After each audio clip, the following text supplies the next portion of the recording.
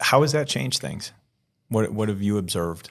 NIL, I think, like speaking individually, I think you said something about a brand, and I think, whether we know it or we don't, we are building our own brands. And so, we have to always keep that in mind and just think about what type of brand do we want to build. And I think from like the landscape, I feel like there's a lot of business aspects that go into it. Like agents are involved in different things in the process. So You have an agent now. yeah. And it's cool because, we're now getting different opportunities and, we're getting, different things that can really help our family and take care of the people around us.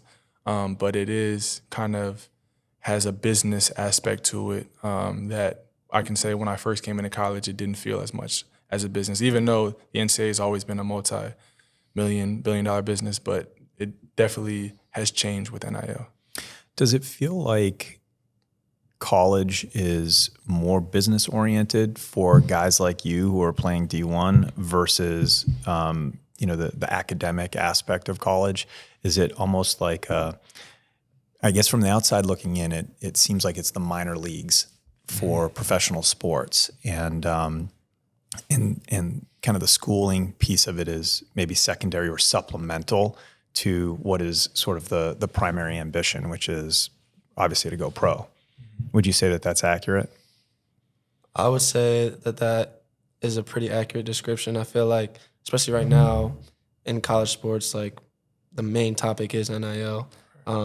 Whereas a couple years ago, 10, 15 years ago, it was about the development process and gaining an education and, going through that whole process where now it's like, well, how much money is this player getting paid? What is this guy getting and stuff like that? And so I think it definitely has shifted. I think it's important to still focus on the academic part of your college journey.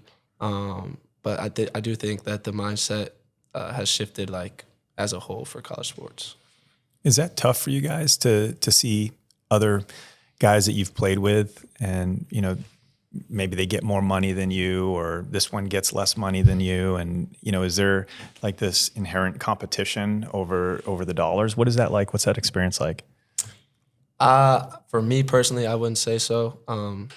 I know that, everyone's kind of running their own race and everyone's going through their own journey. So I don't really focus too much on what someone else is getting or what someone else doesn't have. I just know I'm fortunate enough to be here and be in a position to where I can help my family in situations, but also still focus on the academic piece and just enjoy my college experience as best as I can.